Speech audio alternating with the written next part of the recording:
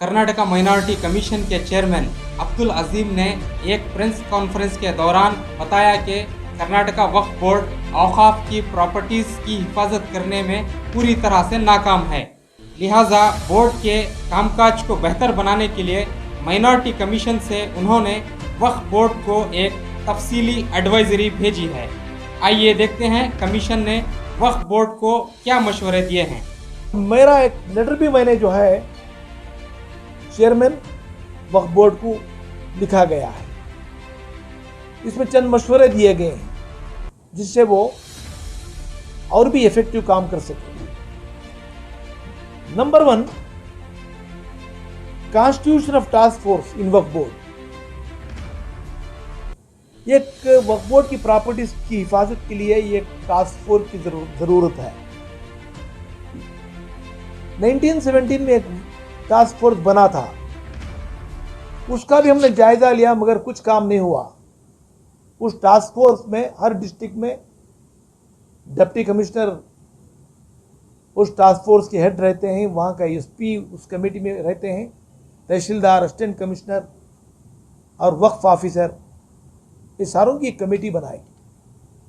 उनका काम यह है कि अगर कोई कंप्लेंट स्पेशली एनक्रोचमेंट के बारे में उनकी नॉलेज को अगर लाया गया तो उसके बारे में चर्चा होगी और सूटेबल कदम उठा के वो एनक्रोचमेंट को हटाया जाएगा और वक्फ की प्रॉपर्टी का प्रोटेक्शन के लिए बनाएंगे। मगर आज हम 17 से लेके आज तक भी अगर जायजा लिया मगर वहाँ पर काम जो होना था वो काम नहीं हुआ।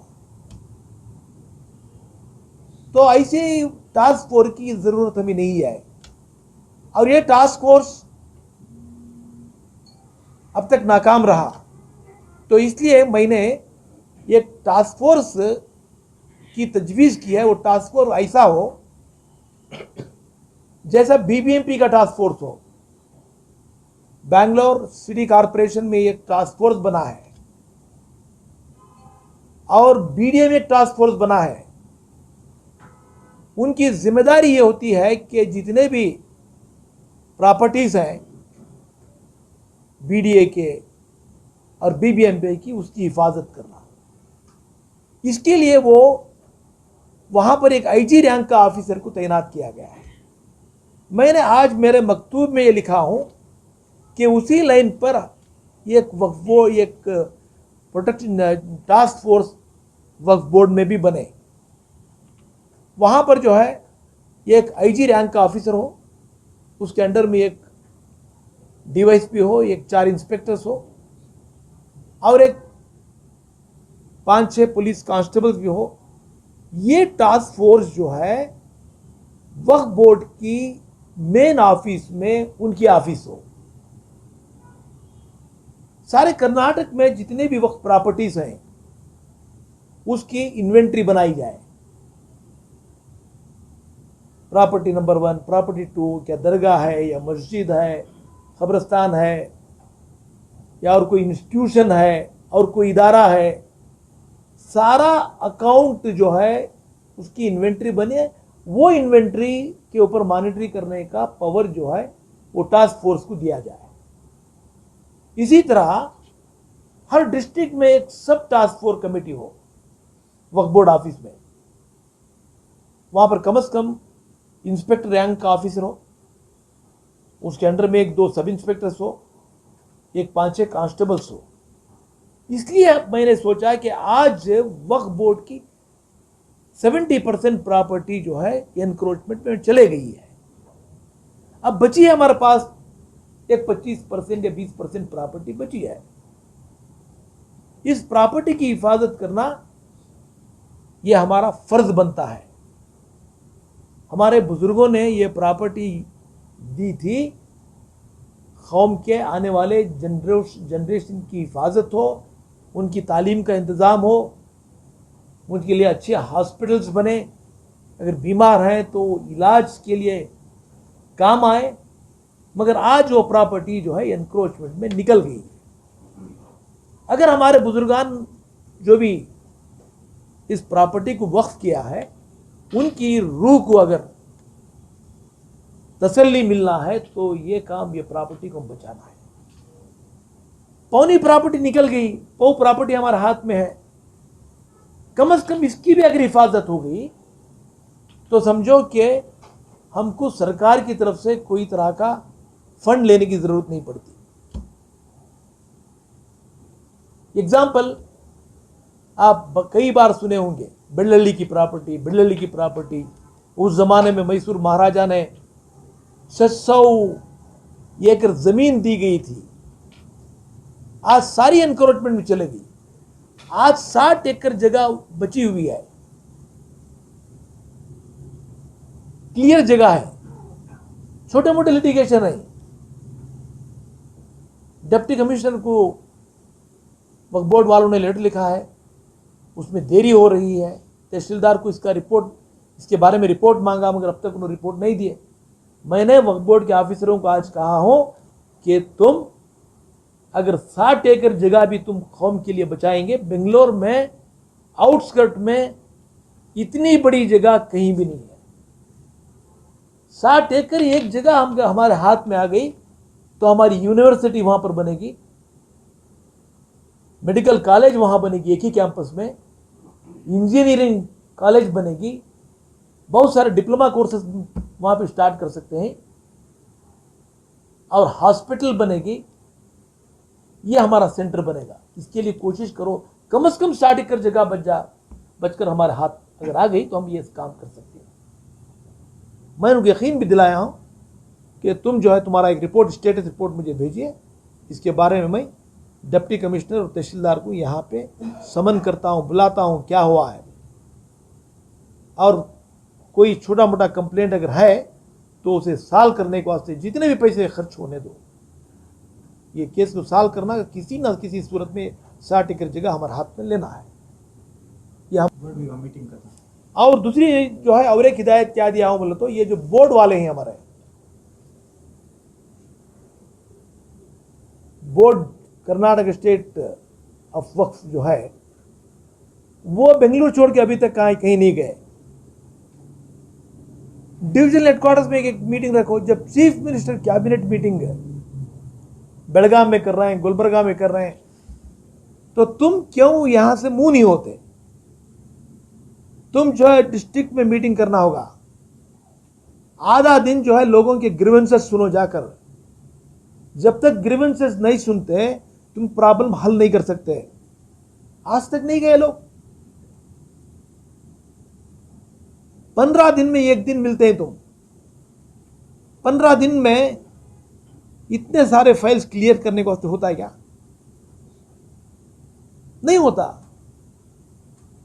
मैंने कहा कि हफ्ते में बोर्ड 2 बार मिलना है। जब सीएम जो है हर दिन ऑफिस जा रहे हैं, मिनिस्टर ऑफिसर्स को जाते हैं, हफ्ते में एक कैबिनेट मीटिंग होती है, तुम्हें 15 दिन को एक बार क्यों जमा होते हैं? तुम्हारे पास वक्त नहीं है बोले तो ये जिम्मेदारी क्यों संभाले तुम? Hundreds and thousands of files are pending before the Waqf board. तुम कब क्लियर कर सकते हैं? मेरी गुजारिश है वक्फ बोर्ड से हफ्ते में 2 बार तो मिलो, नहीं बोले कम से कम 1 बार तो मिलो। दूसरा, डिविजनल हेडक्वार्टर्स में, डिस्ट्रिक्ट हेडक्वार्टर्स में मीटिंग रखो। ग्रीवेंसेस के लिए आधा दिन मुखर्रर करो, आधा दिन तुम्हारे फाइल्स देखो। जब भी वक्फ बोर्ड फुल फ्लेट काम कर सकता है और ये जो है हमारी प्रॉपर्टीज को बचा सकता है। इससे जो रेवेन्यू आता है वो जो कौम के लिए खर्च हो सकता है। इतनी बड़ी प्रॉपर्टी हम चाहते तो हमारी एक यूनिवर्सिटी बन सकती थी, मेडिकल यूनिवर्सिटी बन सकती थी, इंजीनियरिंग यूनिवर्सिटी बन सकती थी। कम से कम हर डिस्ट्रिक्ट के अंदर एक हॉस्पिटल, नहीं एक डिवीजन में एक हॉस्पिटल तो बन सकती थी।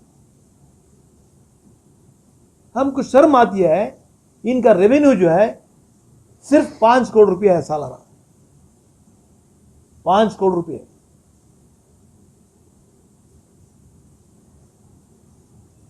सरकार की तरफ से उनको ये बार कितने मिलेंगे? 85 करोड़ मिले। 85 करोड़ में इमाम का, मौजन का हानोरियम और तुम्हारे 15 करोड़ रुपये वक्फ की प्रॉपर्टीज को जो कंपाउंड वगैरह डाल के प्रोटेक्ट करने के लिए, और मेंटेनेंस चार्जेस बोल के उसके 15 करोड़ रुपए। 85 करोड़ के अंदर जो है इतना बड़े इदारे को तुम्हें कैसा ये कर सकते हैं? तुम्हारे पास रिसोर्सेस हैं आज, वो रिसोर्सेस को बढ़ाने की तुम क्यों कोशिश नहीं करे? तो इसलिए हम और बहुत सारे सजेशन दिए। वक्फ बोर्ड के मेंबरान को चाहिए, मैं लेटर भी भेजा हूं, तुम जो है district headquarter, division headquarter meeting रखो, ग्रीवेंसेस मीटिंग रखो, और यहाँ की आप जो भी ऑफिस तुम्हारी मीटिंग हफ्ते में एक बार कम से कम मिलो।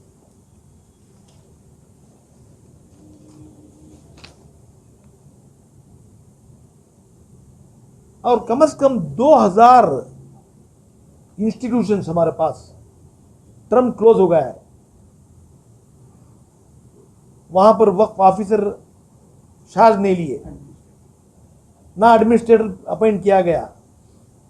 जो कमेटी है वो अपने मजल पावर के ऊपर जो है कमेटी चला रही, मनमानी चला रही है। इसे स्ट्रीमलाइन करने की कोई कोशिश नहीं की।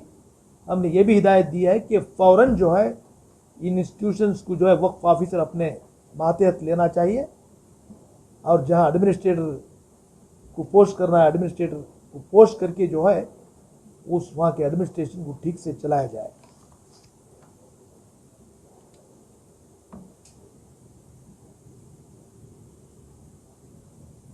और डिस्ट्रिक्ट ऑफिसर्स जो भी हैं उनके लिए व्हीकल का इंतजाम नहीं है।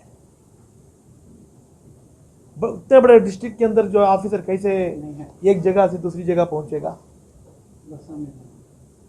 और वहाँ के इंस्टीट्यूशन का निज़ाम कैसे देखेगा, रेवेन्यू लीकेज को कैसा प्रिवेंट किया जाएगा।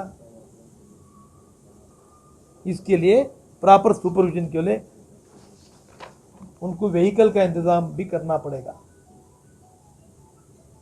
और हमारे पास चेयरमैन हैं, डिस्ट्रिक्ट चेयरमैन, उनको सिर्फ 2000 रुपये मिलता है हनोरियम। 2000 में वो कैसी एक जगह से दूसरी जगह कैसे जा सकते हैं। अब दूसरे डिपार्टमेंट में जो है चेयरमैन के लिए सरकार सैलरी दे रही है, इसके लिए भी तुम एक रिकमेंडेशन सरकार को भेजो। और ये हमारे पास टाइमली ऑडिटिंग नहीं हो रही है इंस्टीट्यूशंस की, मनमानी वहां पर चल रही है। जो इंस्टीट्यूशन के अंडर जो है जो रेवेन्यू हमको मिलना चाहिए था 25% मिल रहा है, 75% जो है लीकेज है, privilege. On record 3000, of the record 10,000, sublease करके जो है 25,000 रुपये महीना। तुमको 3,000 रुपये मिल रहे हैं, वो 25,000 रुपये ले रहा है। इसको कंट्रोल करने के लिए तुम एक विजिलेंस कमेटी बनाओ, अनाउंस करो कि विजिलेंस कमेटी आएगी, चेक करेंगे, रेट करेंगे। अगर कमेटी इसको कंट्रोल नहीं करी तो जो है तुम्हारी कमेटी को बर्खास्त कर देंगे, एडमिनिस्ट्रेटर को पोस्ट करेंगे। ये डर पैदा करो। दरगाहों में भी यही मनमानी चल रही है। अगर तुम्हारे रिसोर्सेस को तुम स्ट्रीमलाइन करेंगे, मैं अभी भी कहा कि 5 करोड़ रुपए सालाना मिल रहे, कम से कम आपको जो है 15 से 20 करोड़ रुपए मिलेंगे। कितना बड़ा काम होगा ये हमने उनको सजेस्ट किया है।